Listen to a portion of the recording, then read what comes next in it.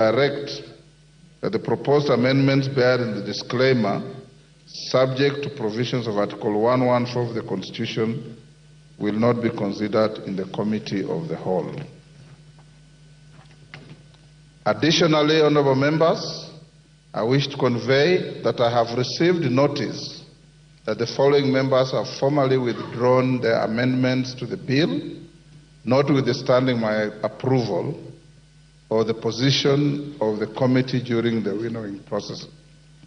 The Honourable Martin Peter Wino MP, the Honourable Beatrice Elache MP, the Honourable Dr. Makali Mule MP, the Honourable Gadoni Wamshomba HSC MP, the Honourable Millie Odhiambo MP, the Honourable Anton Oluoch MP, the Honourable Engineer Paul Nzengo MP, the Honourable Samuel Atande MP, the Honourable Caleb Amis MP, the Honourable Clive Gisairo MP, the Honourable Irene Mayaka MP, and as I was starting the House, I've been brought also the following: the Honourable Robert Ngui Basil MP, and the Honourable Joshua Kivinda Kimilu MP. For the guidance of the House, I note that arising from the winnowing process, a significant number of the proposals in the amendments formally withdrawn by the foregoing members are either carried in the committee's amendments or the amendments proposed by other individual members. The House is accordingly guided, and I thank you.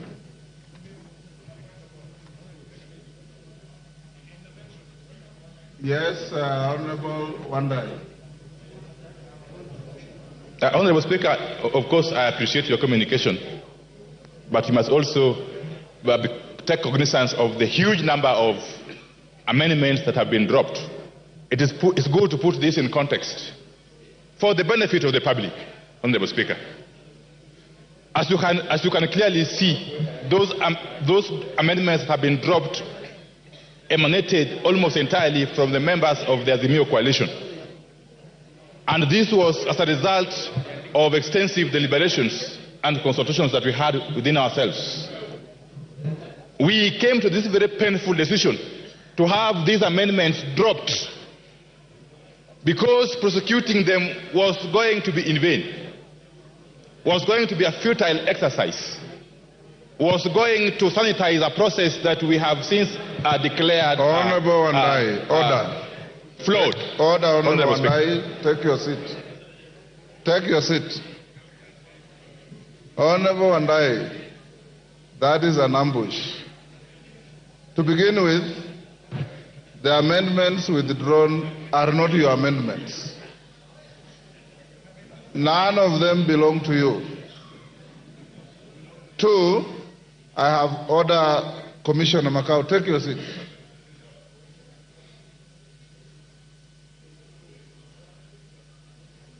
Two, Honourable Wandai, I have not received any communication from any member withdrawing the amendments that they have asked you to speak on their behalf.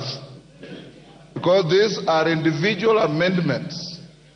They are not amendments of the minority party, neither are they amendments sponsored by anybody other than the member individually.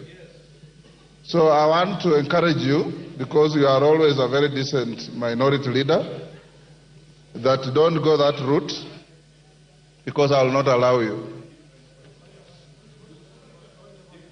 Having directed you on the amendments and the withdrawals, out of 37, 13 have been withdrawn. I have been asked by the Honourable Kajwang that he wishes to withdraw his amendment formally, so I'll give him an opportunity to say so. The rest of the members, order. I can read through your minds. You want to make reckless political statements in the guise of amendments. Order. Any member who wants to withdraw your amendments, write a letter, send to my office. I'll approve immediately. And the clerk at the table will be notified. The only person who has asked me, and I've acceded for him, and he was gracious enough to walk to the chair and say he left his letter in the office, but he can put his withdrawal on record, is lawyer TJ Kajwang. And I give him that opportunity. Mr. Speaker, sir, I wish to withdraw my amendments, and so I want to express myself to the Hansard that my amendments stand withdrawn. Thank you.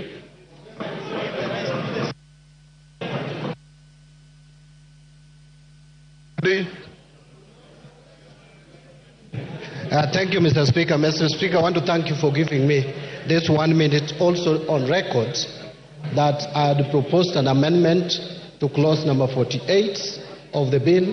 I wish to withdraw that amendment in line with the feelings of the country. Thank you. Mr. Speaker, in line with your guidance, Mr. Speaker, I also had an amendment, Mr. Speaker, and I thank you for giving me this opportunity to withdraw the amendment, Mr. Speaker. But, Mr. Speaker, for the orderly business of the House, Mr. Speaker, I wanted to bring to your attention that as a minority group, Mr. Speaker, we had a parliamentary group yesterday. Even though we have not communicated to you formally, on that one you are right. I have received no communication. You are right, Mr. Speaker. So, Mr. Speaker, we have agreed that all the minority members will withdraw their amendments. So I want to give judicial notice to the chair of the committee who is going to run the affairs of the committee of the whole House after you, Mr. Speaker, that every member should be accorded an opportunity to withdraw his or her amendment at the rise of the matter, by the time the chair raises the matter on the floor of the House. So, Mr. Speaker, that is the position.